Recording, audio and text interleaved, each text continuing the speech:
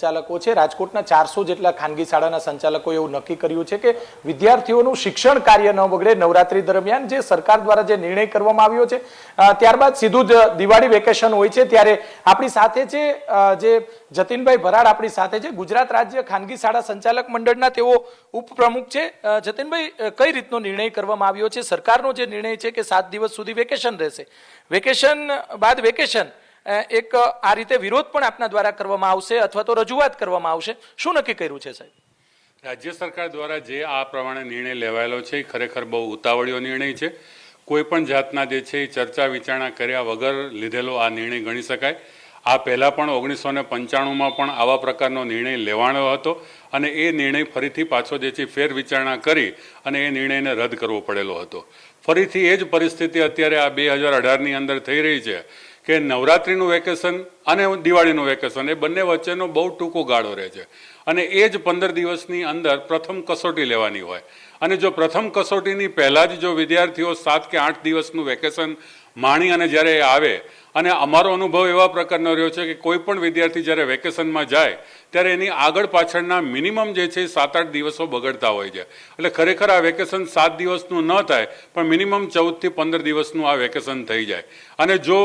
હજી તો જૂન મહિનામાં જ્યારે વિદ્યાર્થીઓની ભણવાની શરૂઆતથી હોય માંડ સેટ થયા હોય અને ત્યાં જો આ ઓક્ટોબર મહિનામાં એક નવા વેકેશનની વાત જ્યારે રાજ્ય સરકારે મૂકી છે એનો અમારો સખત જે છે એ વિરોધ છે અમે 31 તારીખ પછી બધા જ સંચાલકો જે છે ભેગા થશું અને મુખ્યમંત્રી અને શિક્ષણ મંત્રીને આ બાબત માટે ફેર વિચારણા માટે અમે ખાસ જે છે વિનંતી કરવાના છીએ કે વિદ્યાર્થીઓના શિક્ષણ ન કથળે ગુજરાતનું શિક્ષણ જે છે એનો પાયો નીચો ન ઉતરે અને એટલા માટે જે છે કંઈક ફરીથી ફેર વિચારણા કરો સર વાલીઓ અને વિદ્યાર્થીઓ શું કહી રહ્યા છે ખાનગી શાળાના સંચાલકો તો ભેગા થવાના છે પણ વાલીઓનું શું મંતવ્ય છે કેમ કે વેકેશન ઘણા બધા હોય છે 52 જેટલા રવિવાર હોય છે અનેક રજાઓ હોય છે તો આમ ગણતરી કરીએ તો 4 થી 5 મહિના તો 12 મહિનામાંથી રજા પડતી હોય છે તો શું કહી રહ્યા છે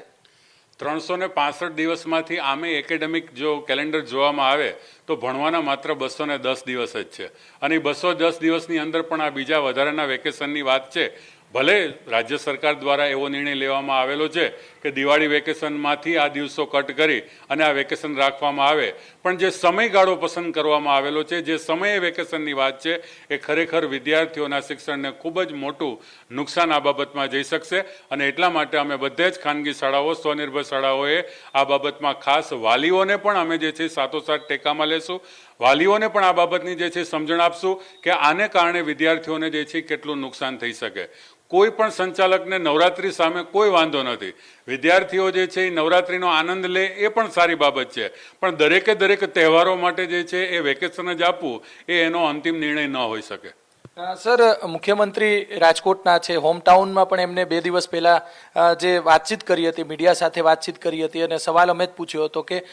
શું હકીકત છે ત્યારે એમને એવી વાત કરી હતી કે મને પોતાને ખબર નથી તો કઈ રીતે જુઓ છો સાહેબ શિક્ષણ મંત્રી રાજ્ય શિક્ષણ મંત્રી વિભાવરીબેન એવું કહે છે જાહેરાત કરે છે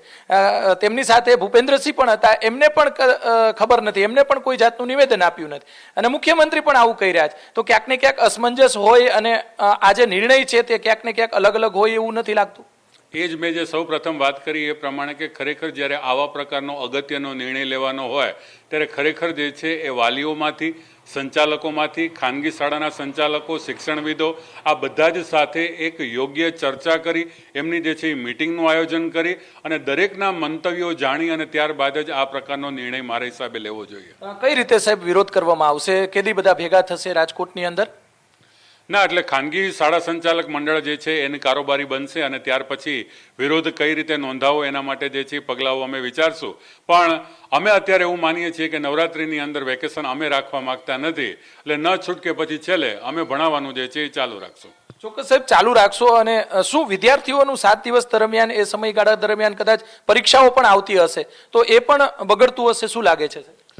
18મી તારીખે દશેરા છે અને દશેરા પછી તાત્કાલિક એ લોકોની પ્રથમ કસોટી છે અને એને કારણે શિક્ષણ કાર્ય ઘણું જ આની અંદર બગડે છે અને હજી પણ જે છે એ તમે વિચાર કરો તો જૂન મહિનાથી જ્યારે શરૂ થતું હોય ત્યારે ચોમાસાની પરિસ્થિતિ હોય અમે જે છે એને ગુણ સુધારણા માટેના પણ જે છે કાર્યક્રમો કરતા હોય એમને આગલા ધોરણની અંદર પાયો નબળો રહી ગયો હોય તો એના માટેની વાત કરતા હોય એટલે ખરેખર પ્રથમ સત્ર જે છે એ પ્રમાણમાં ઘણું જ ટૂંકું હોય છે અને પ્રથમ સત્રની અંદર અનેકવિધ પ્રવૃત્તિઓ પણ થતી હોય છે આજે ખેલ મહાકુંભ પણ પ્રથમ સત્રમાં આવતો હોય, કલાકુંભ મીન્સ કલા મહાકુંભ જે છે એ પણ પ્રથમ સત્રની અંદર જે છે આવતો હોય, અને આ બધી જ જે છે એ તમે જો વિચાર કરો તો એ સાથોસાથ સાતમ આઠમની તહેવારની રજાઓ પણ જે છે આ જ સમય દરમિયાન આપણા સૌરાષ્ટ્રની અંદર એનું મહત્ત્વ વધારે હોય છે. ત્યારે ખરેખર જે છે એ પ્રથમ સત્ર દ્વિતીય સત્ર કરતાં ખૂબ જ ટૂંકું હોય છે, અને આવા ટૂંકા જે છે એ સત્રની અંદર બબ્બે વેકેશન આવે તો મારા હિસાબે વિદ્યાર્થી જે છે એ પોતાના ધોરણની અંદર વધારે ને વધારે નબળો પડશે, એ 100%ની વાત છે.